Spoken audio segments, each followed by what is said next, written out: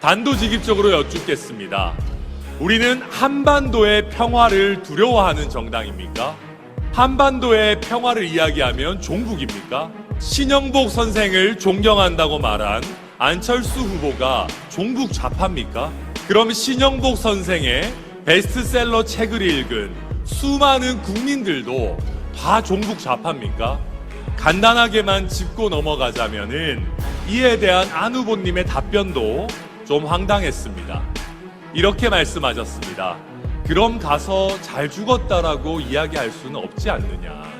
우리가 일일이 얘기를 안 해서 그렇지 참으로 참담한 말씀입니다.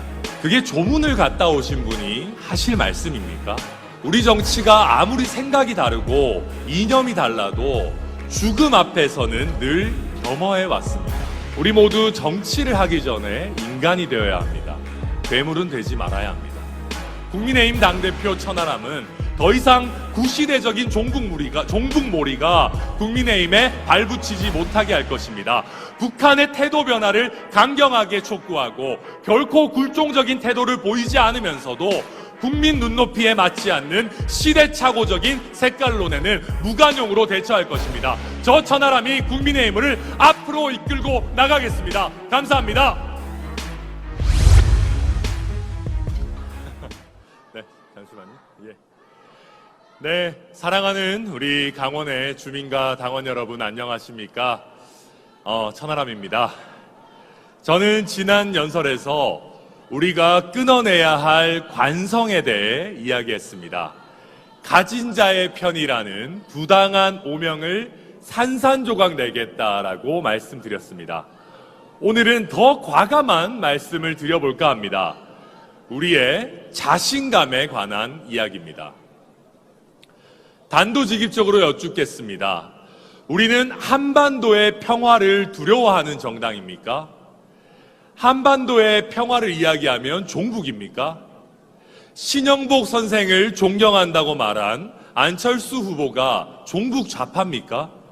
그럼 신영복 선생의 베스트셀러 책을 읽은 수많은 국민들도 다 종북 좌파입니까? 간단하게만 짚고 넘어가자면은 이에 대한 안 후보님의 답변도 좀 황당했습니다.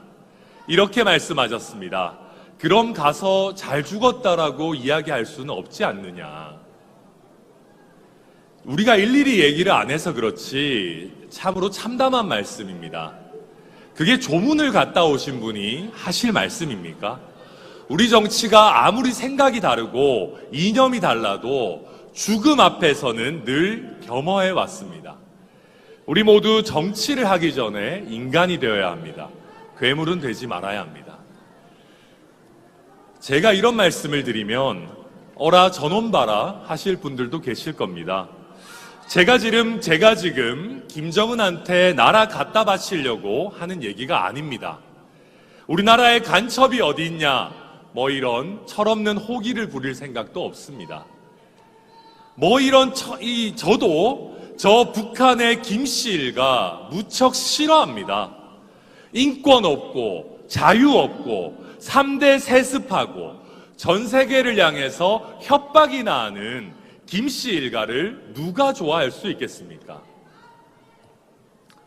그런데 당원 여러분, 우리가 날마다 종북몰이를 한다고 대한민국에 평화가 오지 않습니다. 북한이 강짜 부리고 떼쓴답시고 바다에 미사일 쏴대고 드론 날려대면 여기 강원도 접견 지역에 계시는 우리 국민들 불안에 떨며 밤을 지새셔야 합니다. 우리 경제를 발목 잡는 고질적인 코리아 디스카운트 영원히 벗어던지지 못합니다. 저는 오늘 여러분께 낭만적인 이야기나 드리려고 나온 게 아닙니다. 저는 사실 이 무도한 북한 정권에 대한 뿌리 깊은 분노의 마음을 이해합니다. 이 분노는 역사가 있는 감정입니다. 상처가 깊은 정서입니다. 서로 총칼을 겨눴고 내 옆에 전우가 죽었고 사랑하는 가족과 친구가 죽임을 당했습니다. 말이 안 통하는 상대다라고 생각하시는 것이 너무도 당연합니다. 그러나 당원 여러분, 간곡하게 말씀드리건대 우리가 이 상처를 스스로 극복하지 못한다면 우리는 더 많은 국민들을 설득할 수 없습니다. 우리가 원하는 하나된 자유대한민국 만들 수 없습니다. 이미 국민께서는 유화책이냐 강경책이냐 하는 이런 이분법을 거부하고 있습니다. 문재인 정부의 북한에 대한 저 집착 그리고 과도한 저자세에 대해서는 분명히 반대하시지만 그렇다고 김대중 정부부터 시작된 햇볕 정책 그 자체를 부정하지는 않으십니다. 지난 4.27 남북 정상회담이 있던 때에 우리에게는 악몽 같던 지방선거를 앞둔 시점에 문재인 정부에 대한 지지율은 90%에 육박했습니다. 여기서 우리가 해야 할 일은 이 실타래처럼 얽힌 한반도 평화 문제를 이념 전쟁이 아닌 전략의 문제로 다루는 일입니다.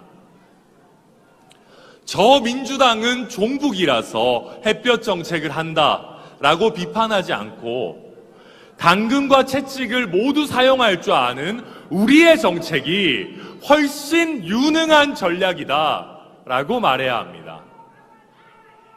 물론 저 운동권 세력은 북한 이야기만 나오면 가슴이 웅장해집니다. 당원 여러분, 우리는 달라야 합니다.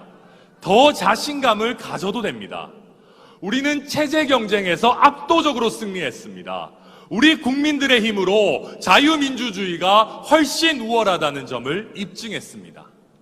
지금 우리 대한민국이 북한보다 못한 점이 단 하나라도 있습니까?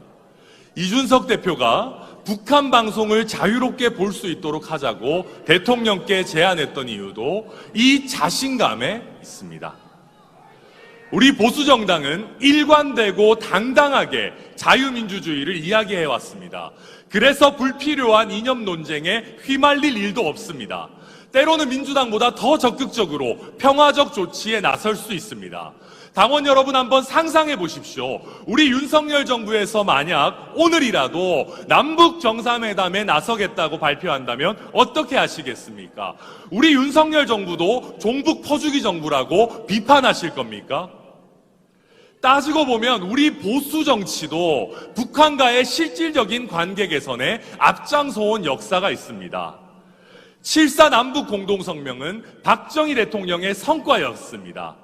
적극적인 북방 외교로 공산권 국가들과 수교를 맺고 북한과 유엔에 동시 가입한 것은 노태우 대통령이었습니다.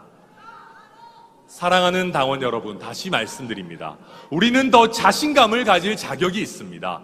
체제 경제에서 승리한 빛나는 역사, 그 자부심으로 한반도 평화를 주도할 수 있습니다. 국민의힘 당대표 천하람은 더 이상 구시대적인 종북몰이가 국민의힘에 발붙이지 못하게 할 것입니다. 북한의 태도 변화를 강경하게 촉구하고 결코 굴종적인 태도를 보이지 않으면서도 국민 눈높이에 맞지 않는 시대착오적인 색깔론에는 무관용으로 대처할 것입니다. 저 천하람이 국민의힘을 앞으로 이끌고 나가겠습니다. 감사합니다. 네, 감사합니다. 다시 한번 뜨거운 박수 보내주시기 바랍니다. 네.